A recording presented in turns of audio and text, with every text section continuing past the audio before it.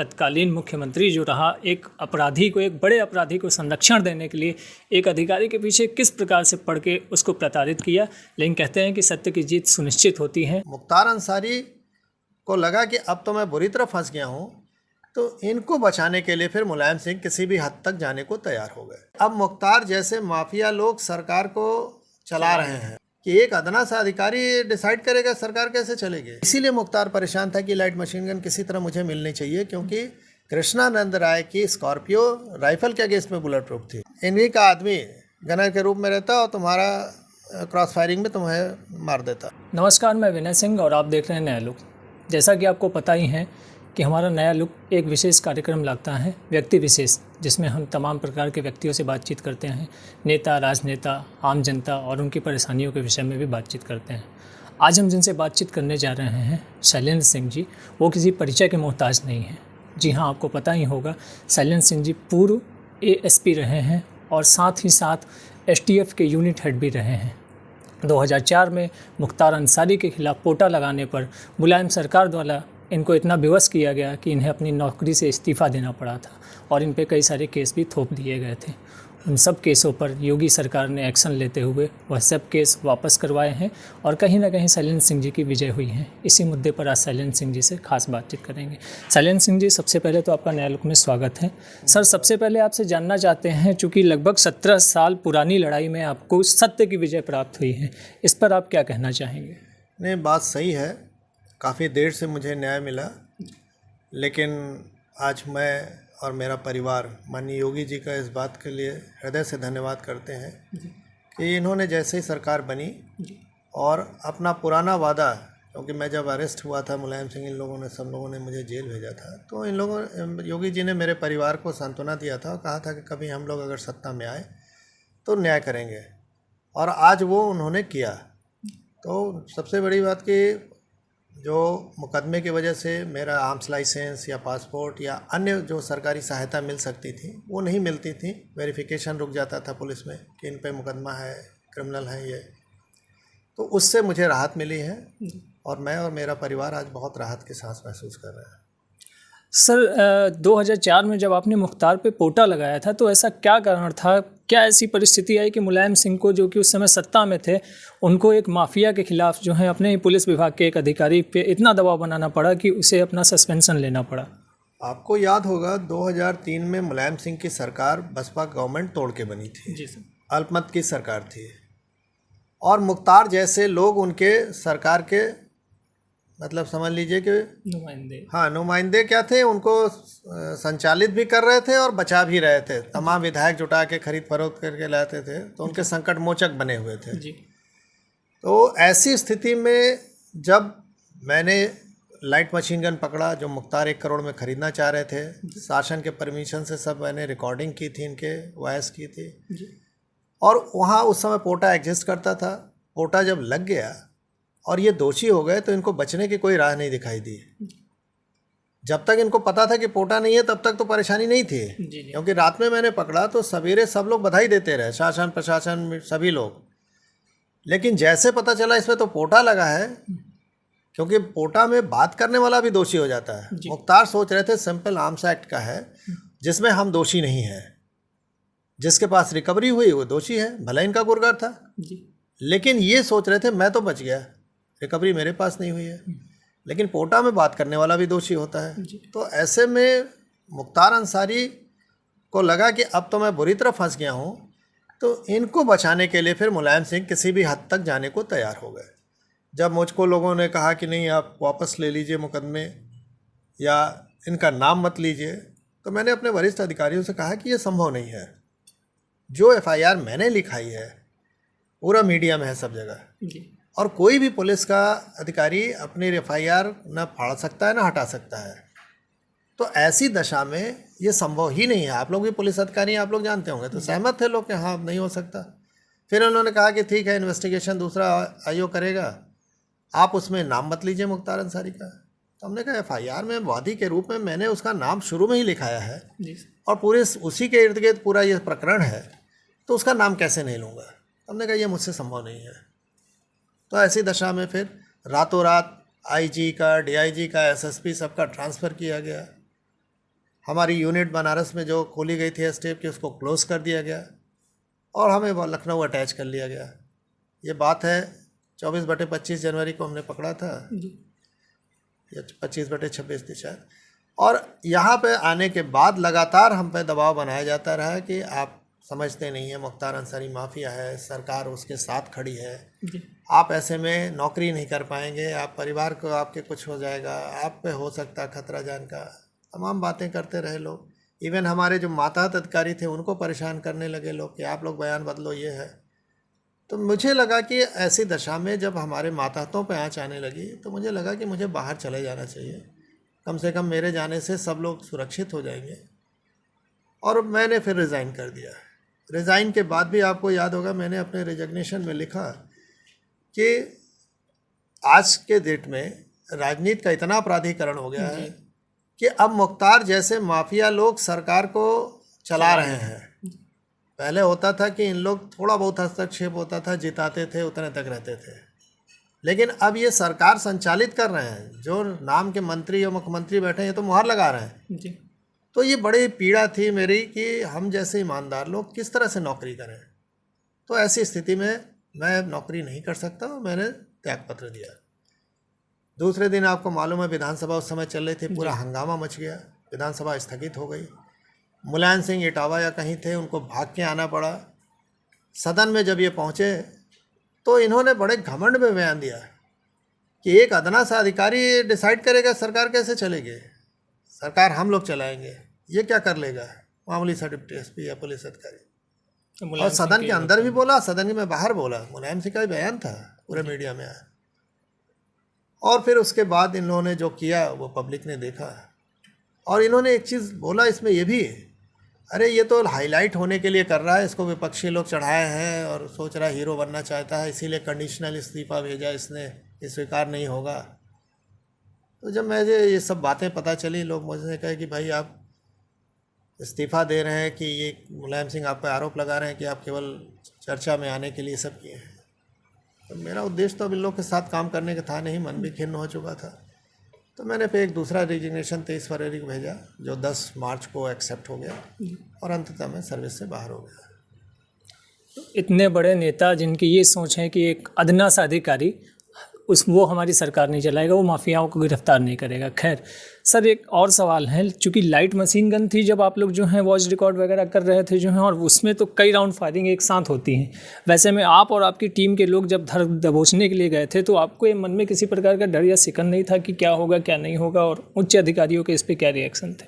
बिल्कुल आप सही कह रहे हैं, माफियाओं पर एक्शन लेने में लोग घबराते हैं, और वो भी मतलब इस तरह का माफियाओं के पे एक्शन लेने पे यूपी की बात नहीं कर रहा हूँ, पूरे इंडिया की बात कर रहा हूँ। ये पहला केस लाइट मशीन गन का था और अब तक भी नहीं आया। उसके बाद भी AK-47, 56 तो मामला आया है, लेकिन लाइट मशीन गन कहीं नहीं आया, क्योंकि लाइट मशीन गन के 1 मिनट में 550 कारतूस निकलते हैं और ये मारक क्षमता 1 किलोमीटर तक होती है। तो कौन कहाँ उड़ जाएगा। जो बुलेट प्रूफ जैकेट वैकेट पहन के हम लोग जाते हैं वो नहीं काम करते, और इसीलिए मुख्तार परेशान था कि लाइट मशीन गन किसी तरह मुझे मिलनी चाहिए, क्योंकि कृष्णानंद राय की स्कॉर्पियो राइफल के अगेंस्ट में बुलेट प्रूफ थी, तो उसको ये भेज देती है इतना पावर। तो आप सोचिए कि जब वो बुलेट प्रूफ गाड़ी भेज दे रही है तो हम लोग जो जैकेट वैकेट लगा के जाते हैं कहाँ पता चलता। तो किसी की हिम्मत नहीं थी कि कोई इस पर एक्शन कार्रवाई करे।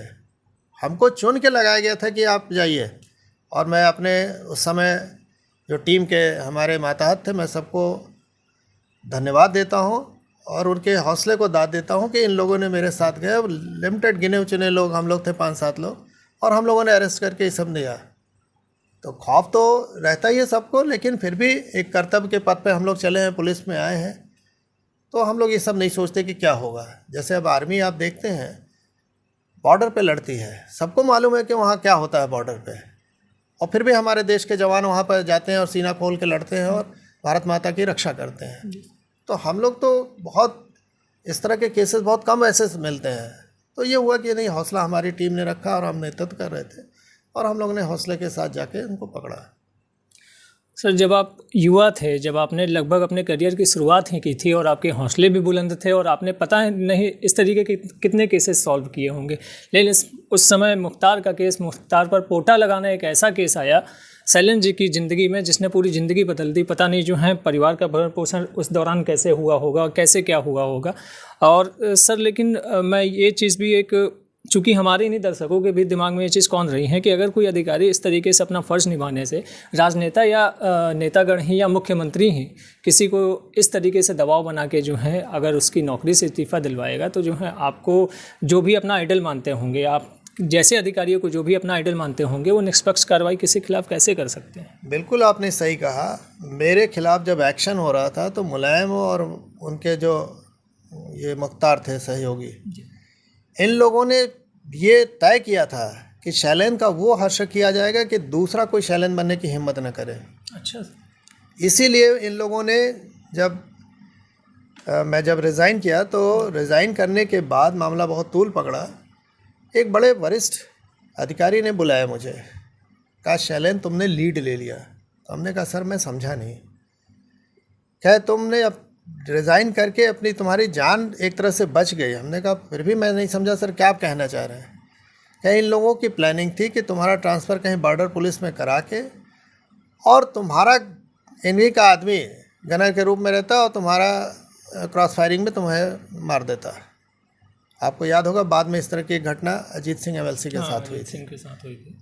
तो इस तरह की इन लोगों की शास्त्र की प्लानिंग थी, लेकिन ऊपर वाले की मेहरबानी कि मैं रिज़ाइन करके बाहर आया। उसके बावजूद मुलायम ने पूरे प्रदेश में बोला कि जहाँ जहाँ मैं पोस्टिंग रहा, जहाँ जहाँ मैंने कार्य क्षेत्र रहा, वहाँ इसकी कमी निकालो, इसको जेल भेजना है। अच्छा। और आपने देखा होगा कि जब मैं रिज़ाइन किया और जब जेल भेजा, उस बीच में कुछ महीने गुजरे। ये महीने गुजर गए इन लोग को खोजने में कि मेरे खिलाफ कुछ कमी मिल जाए जी, जो सर्विस के दौरान मैंने की है। लेकिन कोई कमी जब नहीं मिल पाई तो मुलायम सिंह बहुत नाराज़ हुए कि इसको किसी तरह जेल भेजना है, फ्रेश मुकदमे लिखो, इस पर भेजो जेल। और अंत में बनारस में मैं जो एक विद्यालय 1-1.5 माह से बंद था भ्रष्टाचार के कारण, वहाँ के लड़कों की पढ़ाई का नुकसान हो रहा था, उनका डेलीगेशन लेके गया था डीएम साहब से मिलने, वो भी ऑफिस आवर में 10 से 12 के बीच में। और डीएम साहब घर पे आराम फरमा रहे थे।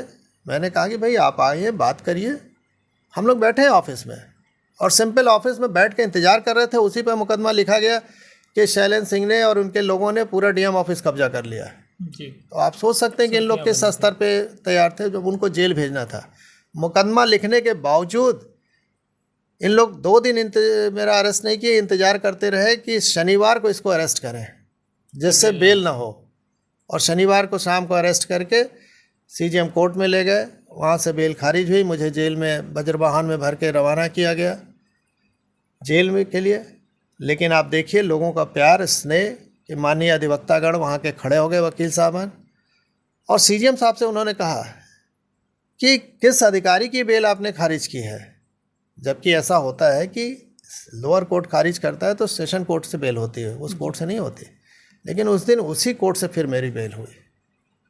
तो ये लोगों का प्यार था कि हम बचे रहे, हम अपने परिवार को संभाल पाए।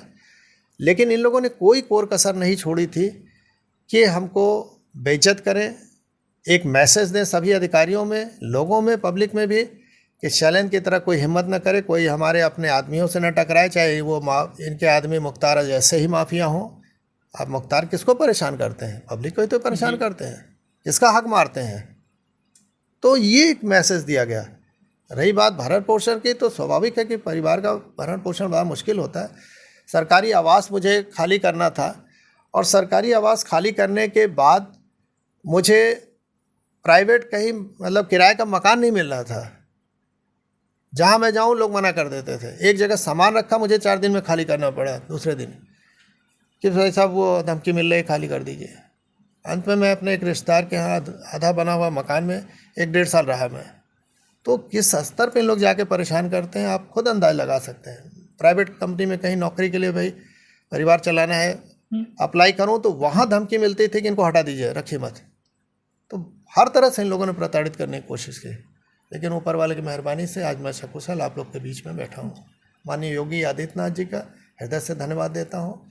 और 2013 में जब मैं मोदी जी से मिला था, तो योगी जी के बाद पहले ऐसे नेता थे, नेता शब्द यूज़ कर रहा हूँ, कि जिन्होंने पूछा तुम्हारा परिवार कैसे चलता है, इतनी लड़ाई तुम लेते हो। जी तो स्वाभाविक है इन लोग के प्रति मेरे मन में आस्था है।